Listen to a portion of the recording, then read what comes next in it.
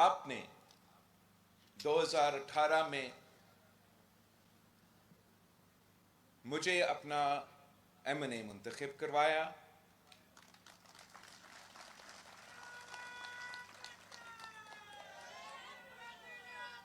اور میں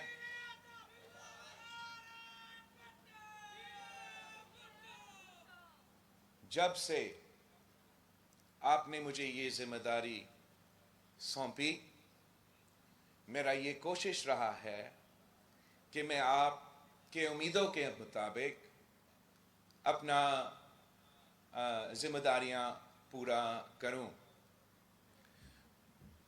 آپ نے ہمیں نیشنل اسمبلی میں بھیجا، اور پہلے دن پہ جو سلیکٹڈ راج تھا اس کو ہم نے پوری دنیا کے سامنے ایکسپوز کر دیا تھا، اور تب سے لے کے ہم آپ کی جدوجہد لڑتے رہے کہ پاکستان پیپلز پارٹی وہ جماعت ہے جو جمہوریت میں یقین رکھتی ہے، جو 18ویں ترمیم اور NFC ایوارڈ میں یقین رکھتی ہے، اور ہم نے ڈٹ کے ان تمام قوتوں کا مقابلہ کیا جو آپ کے حق پہ ڈاکہ مارنا چاہ رہے تھے، جو آپ کا حق پہ ڈاکہ مارنا چاہ رہے تھے۔ ہم نے ان کے جو سازش تھا کہ 1 یونٹ ایک بار پھر سے قائم کیا جائے اور مسلسل سلیکٹڈ راج چلتے رہے، ہم نے مل کے اس سازش کو ناکام کروایا۔ یہ پاکستان پیپلز پارٹی ہی ہے جو ہر دور میں پاکستان کی آئین کو، پاکستان کی جمہوری نظام کا دفاع کرتی رہی۔ جدوجہد آپ کا ہے، پاکستان پیپلز پارٹی کا چیالوں کا ہے، چاہے وہ عامر ضیاء کا آمرانہ دور ہو، چاہے وہ درمیان میں IGI کا، یا وہ امیر المومنین بننے کا جو سازشیں تھے، آپ نے ان کو بھی ناکام کروایا۔ جو مشرف دور تھا اس کا مقابلہ کیا، اور جو سلیکٹڈ دور تھا اس کا بھی آپ ہی نے، پاکستان پیپلز پارٹی کے چیالوں نے مقابلہ کیا۔ آج پاکستان ایک ایسا جگہ کھڑا ہے جہاں ایک طرف معاشی بحران ہے تو دوسری طرف ہمارے معاشرے میں ایک بحران پیدا کیا گیا ہے۔ ہمارا سیاست میں ایک سیاسی بحران ہے۔ ہمارا، اگر آپ لا اینڈ آرڈر سچویشن کا جائزہ لیں تو ہمارا کچا سے لے کے پختونخوا تک جو افغانستان کے حالات ہیں ان کا اثرات پاکستان کے عوام بھگت رہے ہیں، اور اس وقت کسی کو کوئی احساس نہیں، کسی کو کوئی دلچسپی نہیں، کسی کو کوئی فکر نہیں کہ پاکستان کے عوام کتنے تکلیف میں ہیں، کتنے مشکل میں ہیں۔ ان کو اندازہ نہیں کہ اسلام آباد میں کیے گئے فیصلوں کا اثر کیا ہوتا ہے۔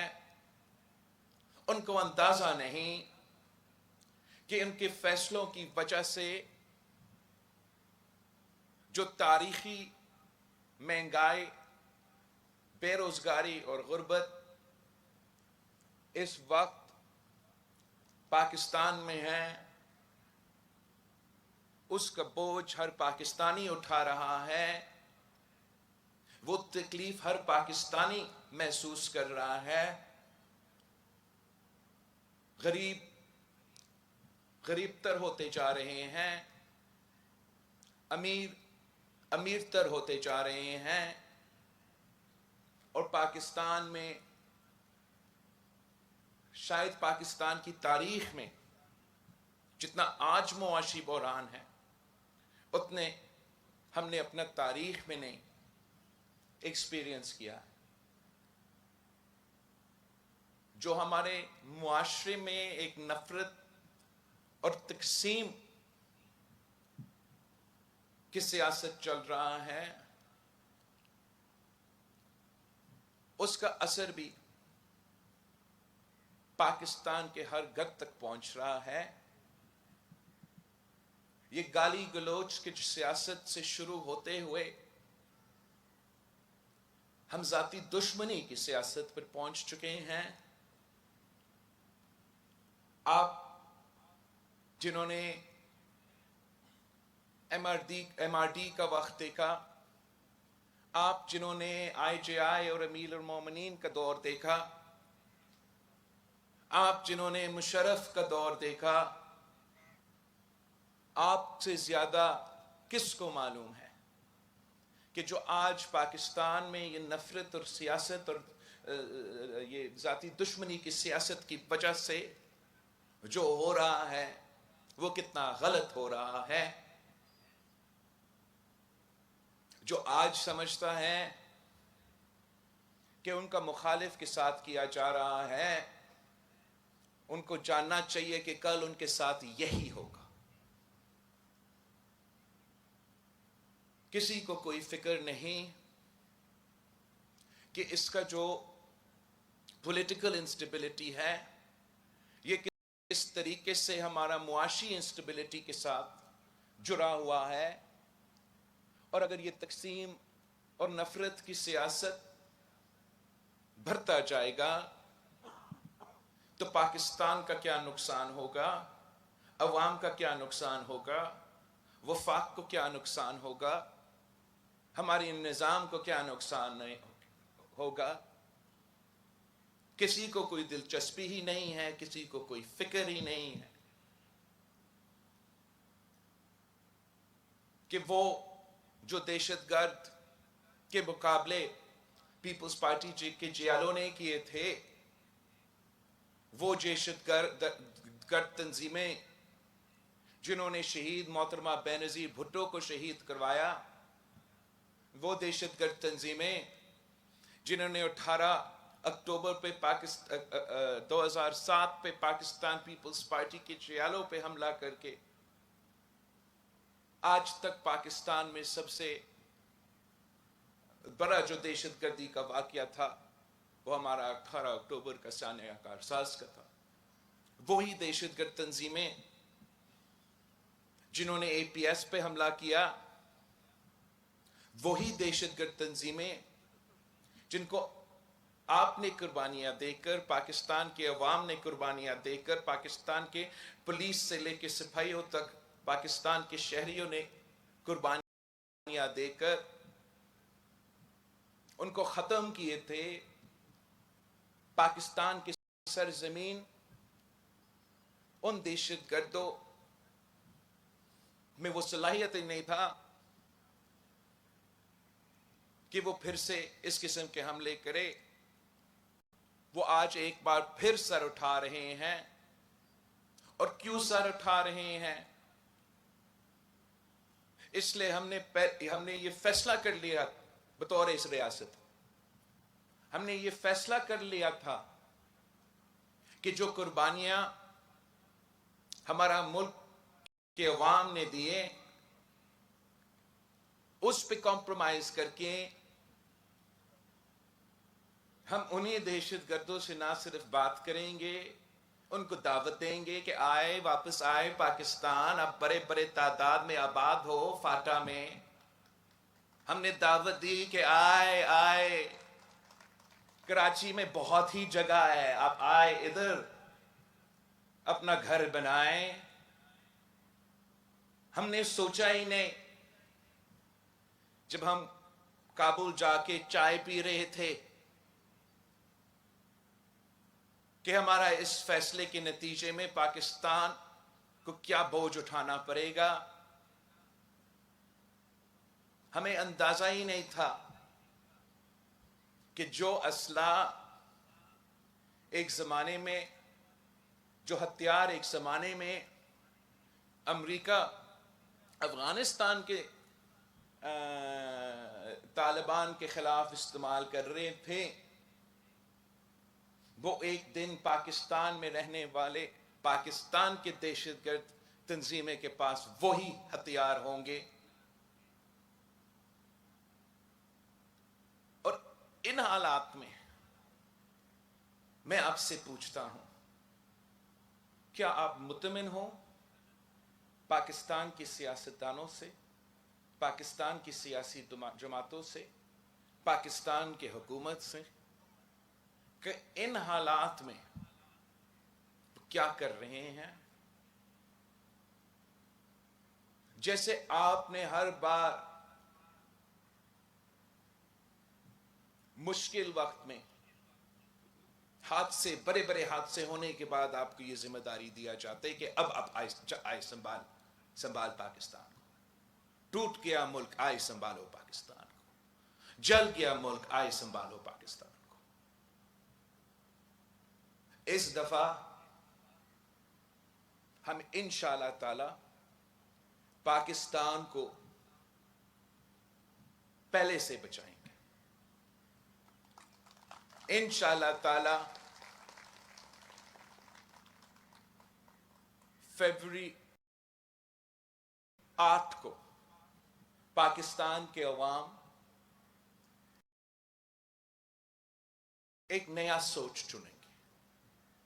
ایک ایسا سوچ جو پاکستان کو، پورا پاکستان کو ایک کر کے ان تمام مسائل کا مقابلہ نہ صرف کریں گے مگر انشاءاللہ تعالی فتح حاصل کریں گے.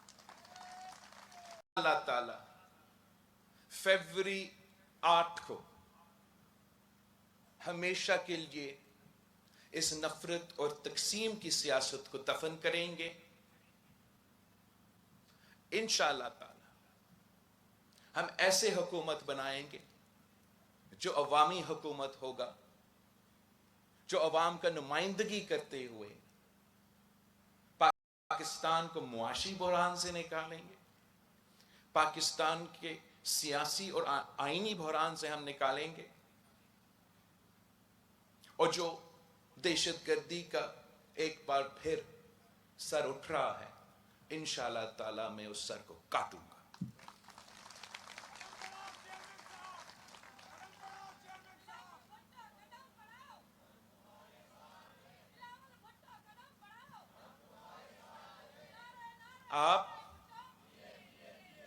آپ میرے فوج ہو، آپ میرے طاقت ہو،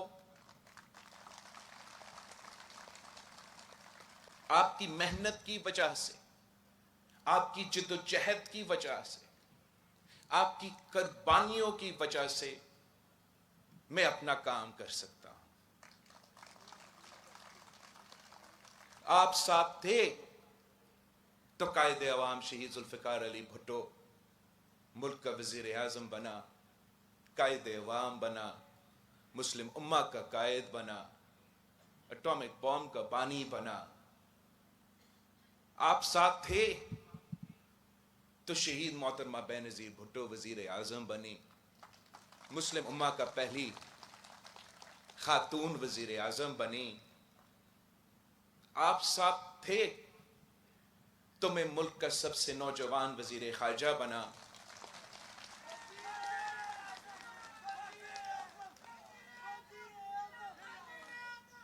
آپ ساتھ دیں گے تو انشاءاللہ تعالی میں ملک کا نوجوان وزیر اعظم بنوں.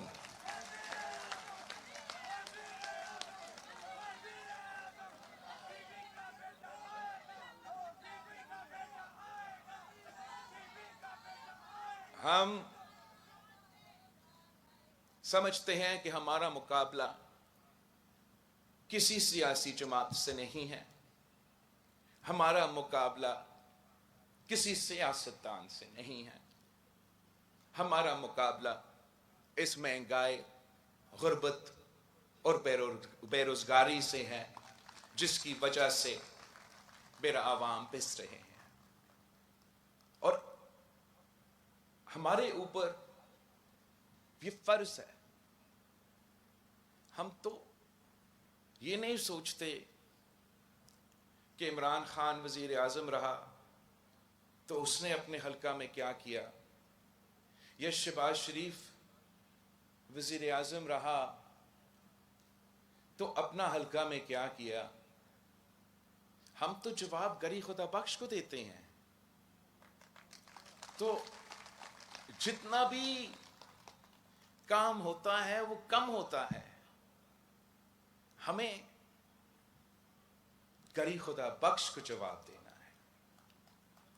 اگر میں شہید محترمہ بے نظیر بھٹو کا کہتا کہ بی بی میں نے آپ کی لڑکانوں میں صفائی کا نظام شروع کیا، تو بی بی کہتی کہ نو دیروں میں، میرے رتو دیروں میں یہ کام کب شروع ہوگا.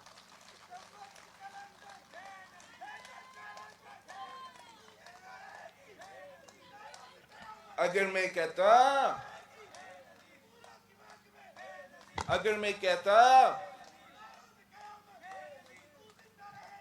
بس اگر میں کہتا کہ بی بی میں نے تو مفت دل کا علاج شروع کروایا لڑکانہ، میں نے تو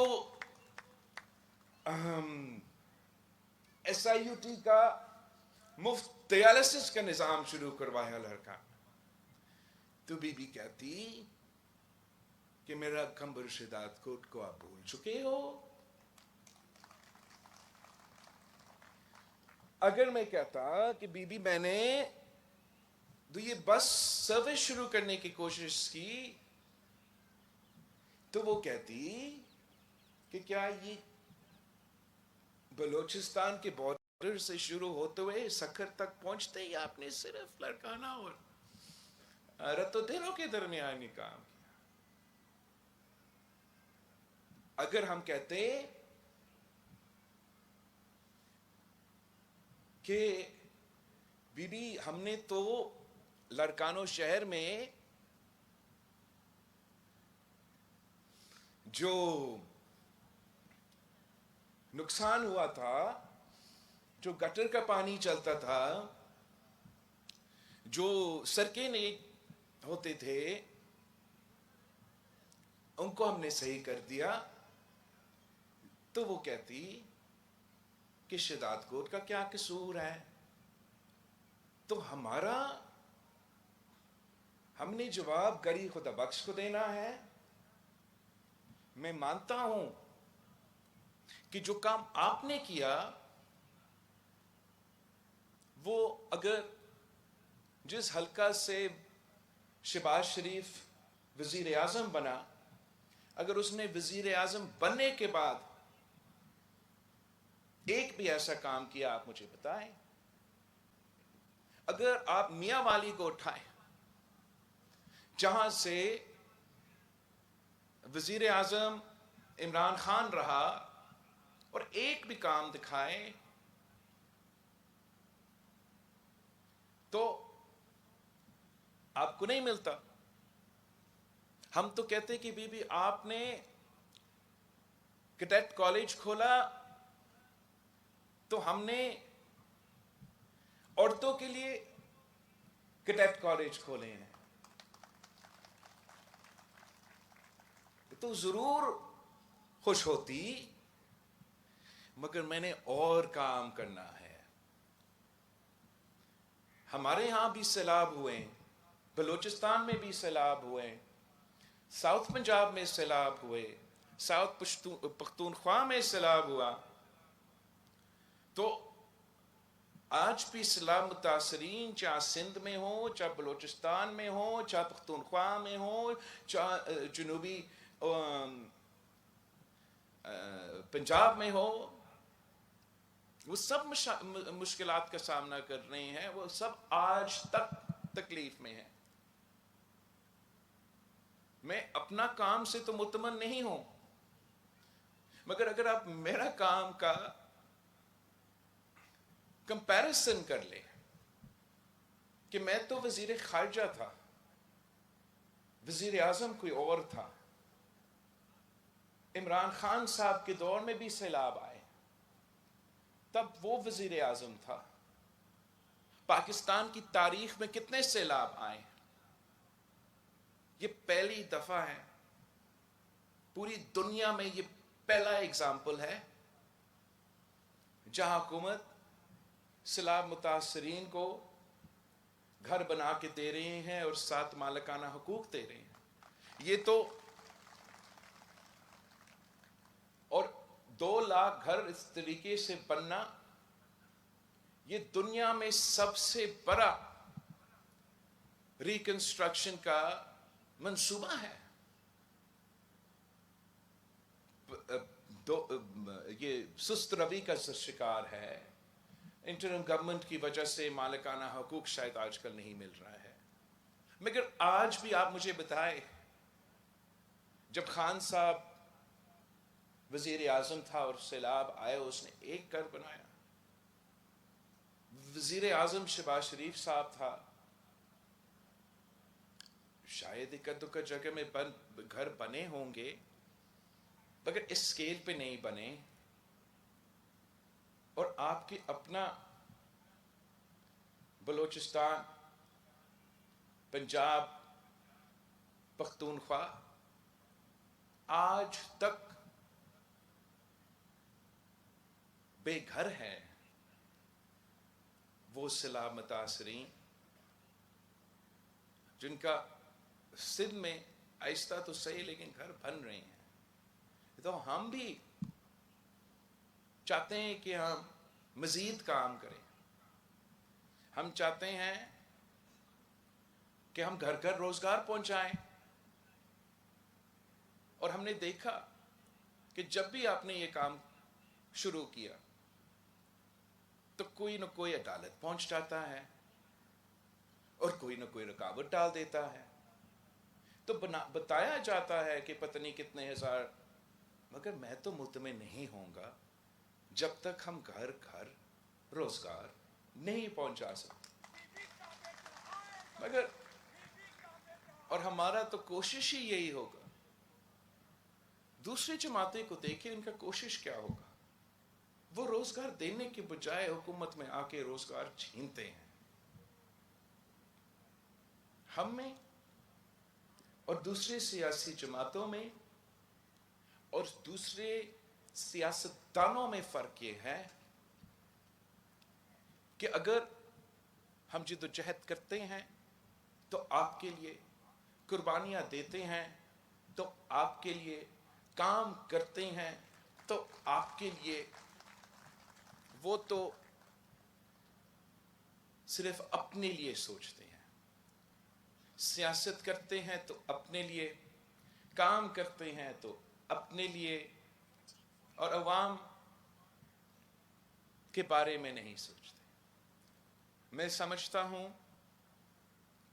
کہ اگر فروری 8 کے الیکشن پہ ایک بار پھر اس ملک کو چوتھی بار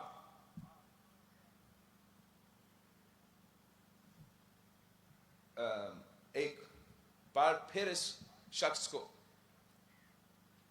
وزیر اعظم ہم پہ مسلط کیا جاتا ہے تو اس کا نقصان آپ اٹھائیں گے، اس کا نقصان عوام اٹھائیں گے۔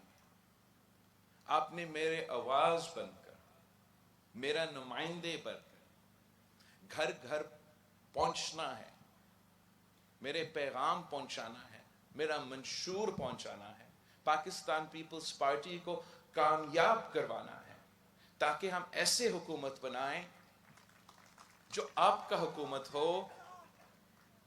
جو عوامی راج ہو، جو کسانوں، مزدوروں، نوجوانوں کا حکومت ہو، نہ کہ وہ پرانے سیاستدانوں کا پرانا سیاست کا حکومت ہو۔